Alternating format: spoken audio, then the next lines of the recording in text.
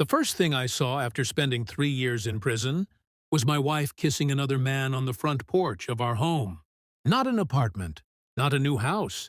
My house. The same house I nearly killed myself working for. And standing beside them was a little girl holding balloons, calling that man Daddy. I stood across the street frozen, gripping the strap of my prison release bag so tightly my knuckles turned white. Because the little girl looked exactly like me. Before this story gets even crazier, tell me in the comments where you're watching from right now. And if you love emotional stories filled with betrayal, revenge, secrets, and powerful endings, subscribe to Uncle James Tales and become part of the family. Because what happened next destroyed everything I thought I knew about love. My name is Ethan Cole. 3 years ago, I was a respected man. I owned a luxury car dealership in Atlanta, Georgia. I lived in a beautiful 2-story home with my wife, Sophia. People envied our relationship. We looked perfect from the outside. But sometimes the happiest marriages hide the darkest lies. Sophia and I met when we were both 26. She was beautiful in a dangerous kind of way. Long black hair, calm voice. The type of woman who made every man in the room stare without trying. But it wasn't just her beauty. Sophia knew how to make you feel needed, seen, important. And at that point in my life, I needed that more than anything. I had spent years building my business from nothing. My father died when I was 19, leaving me with debts and responsibilities I wasn't ready for. I worked non-stop while my friends partied and traveled. By 34, I finally had money. But I was lonely. Then Sophia walked into my dealership looking for a white Range Rover. And somehow she drove away with my heart instead. Our relationship moved fast. Too fast. Within a year, we were married. Looking back now, I ignored too many warning signs. Sophia hated hearing the word no. If she wanted something, she found a way to get it. Luxury bags, vacations, jewelry, private parties. And every time I questioned the spending, she'd smile, kiss me softly, and say, "Relax, babe. You make enough." I thought it was harmless. I thought she loved me. God, I was stupid. About 4 years into our marriage, Sophia changed. At first, it was little things. Protecting her phone, late-night calls, mysterious business meetings she never explained properly. Then came the emotional distance. She stopped laughing with me, stopped touching me, stopped looking at me like I mattered. Whenever I tried talking about it, she blamed stress. "You're imagining things. You work too much. You're becoming paranoid." And eventually, I believed her. Until the night everything collapsed. It was raining heavily that evening. I remember, because the roads flooded so badly, half the city shut down early. I got home around 10 p.m. after dealing with inventory problems at the dealership. The house was dark except for the kitchen light. "Sophia," I called. No answer. Then I heard glass shatter upstairs. I rushed toward the sound immediately. And the moment I reached our bedroom, my entire life changed.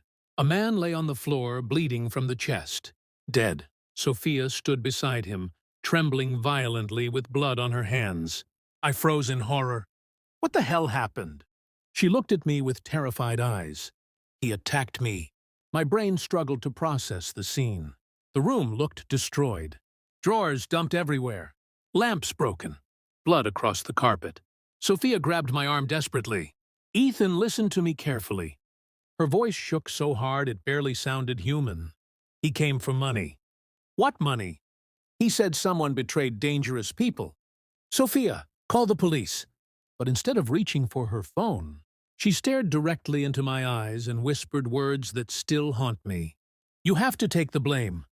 I pulled my arm away immediately. "What?" Tears poured down her face. "Please, please just listen." "No! If they investigate me, everything is ruined." I stared at her in disbelief. "What are you talking about?" And then she confessed. "Not everything. Just enough to manipulate me." She admitted she had secretly borrowed money from wealthy investors to fund private deals without telling me. According to her, the dead man worked for those investors and came to threaten her. I panicked, she cried. "We fought and he fell on the knife." I couldn't believe what I was hearing. "You're insane if you think I'm taking the blame for this." Then Sophia said the one thing that trapped me. I'm pregnant." The room went silent. "What?" She nodded while sobbing. "We just found out 2 weeks ago. Ethan, if I go to prison, our baby grows up without a mother." My heart shattered instantly, because for years we had tried unsuccessfully to have children. And now suddenly, this, I looked at the dead body, then at my terrified wife, and against all logic, I chose her. I chose my family. I chose love. The police arrived 15 minutes later, and from the second they stepped inside that house, my fate was sealed. Sophia played her role perfectly. Shaking hands, tears, fear. She told officers we argued after I discovered the stranger in our home. The prosecution later claimed I attacked the man in jealous rage. My fingerprints were on the weapon because Sophia handed it to me before police arrived. Every piece of evidence somehow pointed directly at me. Security cameras showed my car arriving shortly before neighbors reported shouting. My lawyer argued self-defense, but the district attorney painted me as an unstable husband with anger problems. And Sophia, the woman I sacrificed everything for, sat in court, pretending to cry while avoiding eye contact with me. That hurt more than the guilty verdict itself. When the judge sentenced me to 12 years for manslaughter, I felt my soul leave my body. Sophia touched her stomach while crying dramatically as deputies dragged me away. And the last thing she mouthed before I disappeared through those courtroom doors was, "I'm sorry." Prison destroyed me. Not physically at first, mentally. The loneliness was unbearable. The silence, the humiliation, the feeling that the world continued without you. The first 6 months were hell. I got into fights constantly because anger was the only thing keeping me alive. Some nights I lay awake, staring at the ceiling, wondering if dying would hurt less than living like that. But the hardest part? Sophia stopped visiting after 4 months. At first, she claimed pregnancy complications. Then excuses became shorter. Then nothing. No letters. No calls.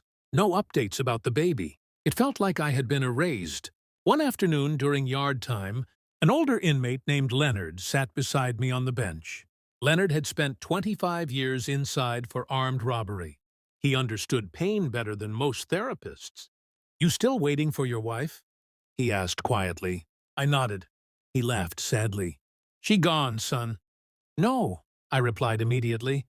"You don't know Sophia." Leonard looked at me carefully before saying something that stayed with me forever. "Sometimes the people we love most are the ones holding the knife." I got angry and walked away. But deep down, part of me feared he was right. About a year into my sentence, something strange happened. I received an envelope with no return address. Inside was a photograph. Sophia, standing beside a tall man wearing a gray designer suit. His arm wrapped around her waist, and she was visibly pregnant. But that wasn't the shocking part. The shocking part was the date printed at the bottom of the photo. The picture had been taken 2 months before I went to prison. My blood turned cold. That meant Sophia was already seeing another man before my arrest. Then I noticed something even worse. She looked happy. Not guilty, not stressed. Happy. Tucked behind the photograph was a handwritten note. "The baby isn't yours." I nearly vomited. That night I broke down completely. Not because of prison. Because I realized my entire marriage might have been a lie. After that, something inside me changed. I stopped acting like a victim. I started preparing. I exercised every single day until my body hardened into muscle. I read books constantly. Business, psychology, law, finance, anything that could sharpen my mind. While other inmates wasted time gambling or fighting, I studied. I listened. I learned. And slowly, the broken man Sophia betrayed disappeared. By the time my sentence was reduced to 3 years because of prison, overcrowding, and legal technicalities, I had become someone else entirely. Colder, smarter, more dangerous. The morning I got released, nobody came to pick me up. Not family, not friends, nobody. I walked out carrying one small duffel bag and the weight of 3 stolen years on my shoulders. My first instinct was to disappear forever, start over somewhere new, but I needed answers. So 2 days later I returned home, and that's when I saw them. Sophia, the little girl, and the man she replaced me with. They looked like a perfect family straight out of a magazine. The man laughed while lifting the child into his arms. Sophia kissed him naturally, comfortably, like she'd been doing it for years. Meanwhile, I spent nights sleeping beside violent criminals while protecting a secret that destroyed my life. I sat there shaking with rage. Then the little girl turned her face toward me fully, and my heart nearly stopped. Same eyes, same smile, same tiny dimple on the right cheek. She looked exactly like the childhood photos my mother kept of me. The note had lied. That child was mine. Sophia suddenly noticed my car across the street. Her smile vanished instantly. The color drained from her face. The man beside her followed her gaze. And unlike Sophia, he didn't look shocked. He looked worried, like he already knew who I was. That realization sent chills down my spine. The little girl waved innocently at my car. My throat tightened painfully. 3 years. 3 years stolen from me. And my daughter didn't even know my name. Then something happened that made my blood run cold. The man leaned close to Sophia and whispered something in her ear. Sophia's face immediately filled with panic. Not guilt, fear, real fear. He grabbed her wrist tightly for a second before forcing a smile again. That tiny moment told me everything. Something was very wrong. Then the man looked directly at me across the street and slowly dragged his finger across his throat. A death threat. Right in front of my daughter. My stomach dropped instantly. Because normal husbands don't threaten men they've never met. Which meant only one thing. He knew exactly who I was. And somehow, he knew I was supposed to stay gone. Then Sophia suddenly mouthed 2 silent words toward me through the distance. Run away. Before I could even process it, 2 black SUVs pulled into the driveway behind them. 4 men in dark suits stepped out. Not security guards. Not friends. These men looked dangerous, cold, professional. The little girl was quickly rushed inside the house by a nanny while Sophia stood frozen in fear. And the moment the men turned toward my car, I realized my wife hadn't just betrayed me. She dragged me into something far bigger than murder. One of the suited men pulled out a phone, looked directly at me, and said, "There he is." The moment those words left his mouth, survival instincts took over. I slammed my foot on the accelerator. My tires screeched violently as the car launched down the street. Behind me, the black SUVs exploded into motion. They weren't trying to scare me. They were hunting me. I flew through intersections recklessly, while my heart pounded against my ribs like a drum.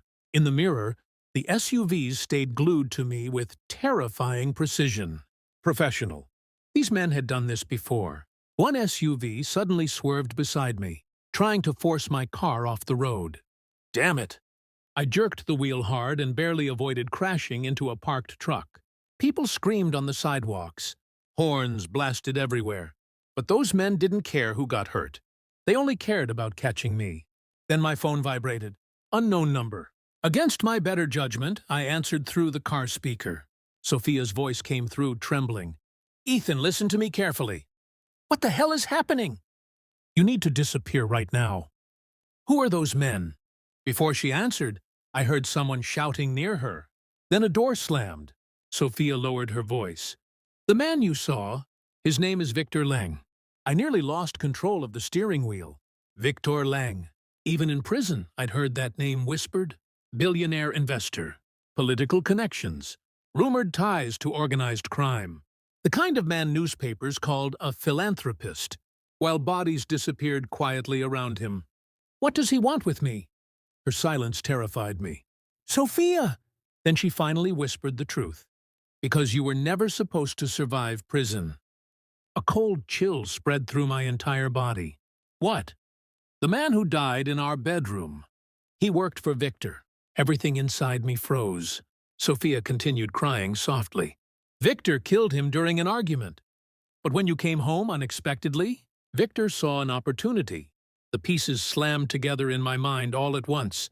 The setup, the evidence, the trial. I wasn't collateral damage. I was the plan.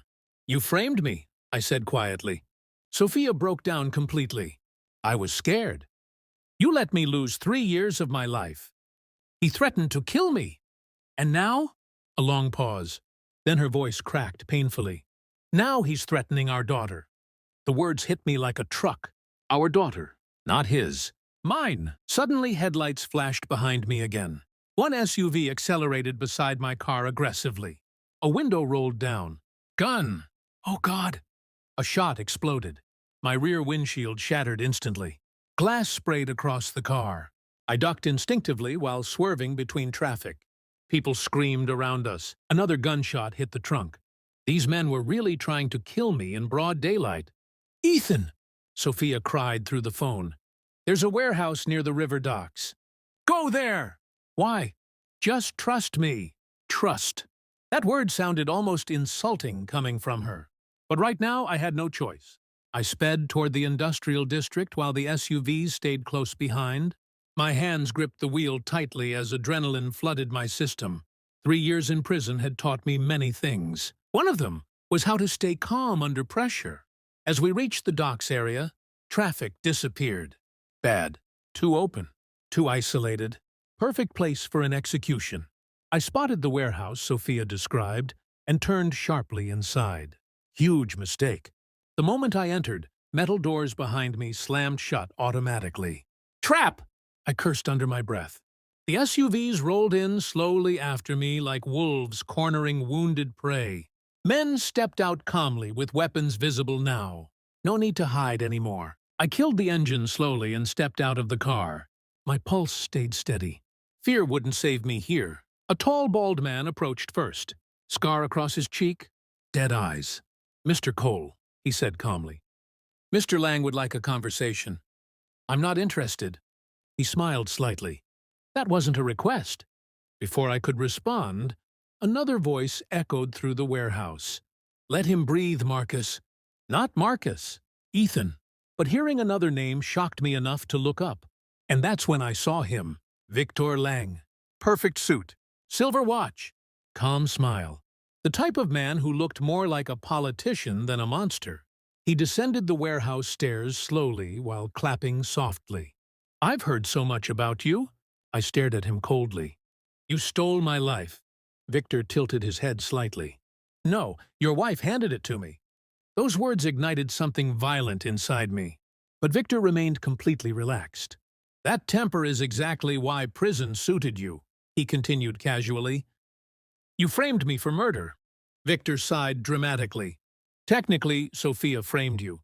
I simply solved a problem. I wanted to kill him right there." He saw it in my eyes, too, and smiled. "That anger is understandable," he said.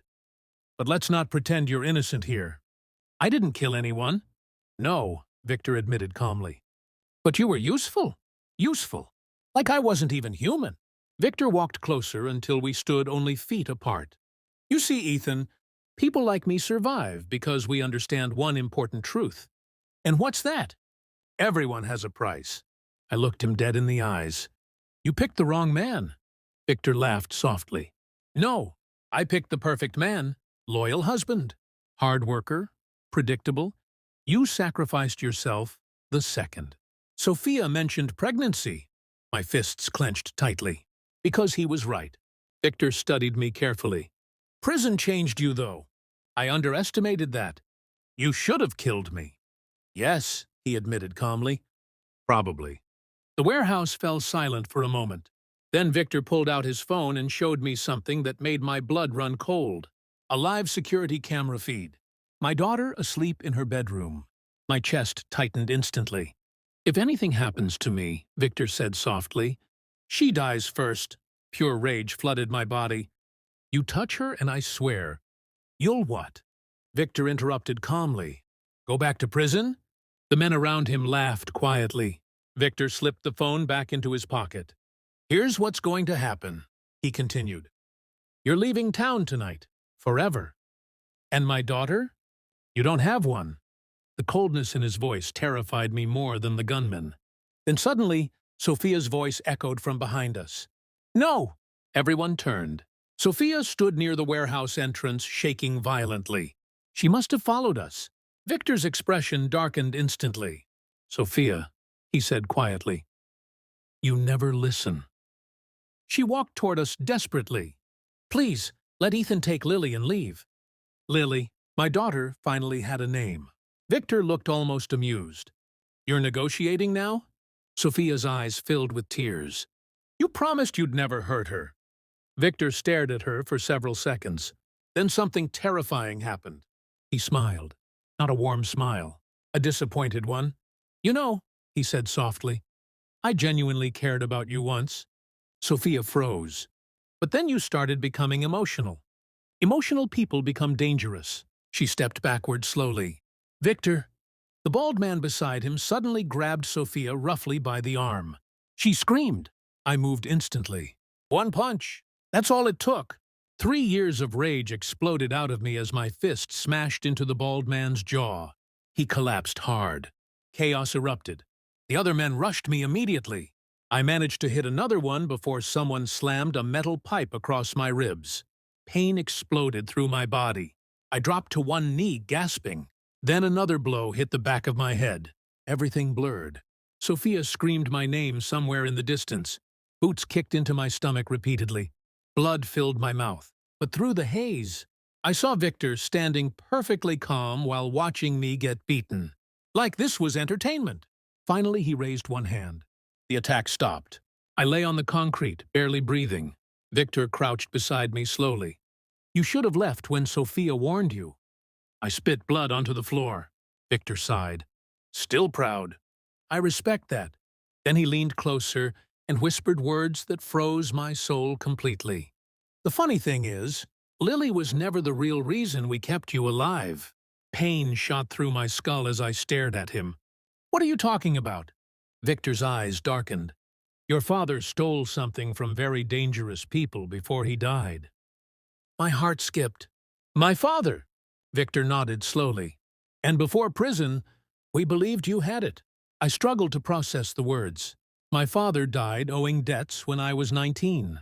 At least that's what I always believed. Victor studied my reaction carefully. Then realization slowly spread across his face. Oh, he smiled again. You really don't know. Every instinct inside me screamed that something massive had just shifted. Victor stood slowly while staring down at me. For 3 years we destroyed your life searching for answers you never had. The warehouse suddenly felt ice cold. Because if Victor Lang realized I truly knew nothing, then I was no longer useful alive. Victor glanced toward one of his men calmly. Clean this up! The man reached for his gun immediately. Sophia screamed in terror. And just as the weapon aimed directly at my head, a deafening explosion ripped through the warehouse doors. Everyone turned instantly. Multiple black armored vehicles crashed through the entrance. Men wearing tactical gear flooded inside shouting commands. Federal agents! Drop your weapons! Gunfire exploded everywhere. Victor's calm expression vanished for the very first time. And through the chaos, I saw Derek stepping out behind the agents holding a smoking pistol. Then he looked directly at me and shouted words that changed everything again. Ethan, your father wasn't a criminal.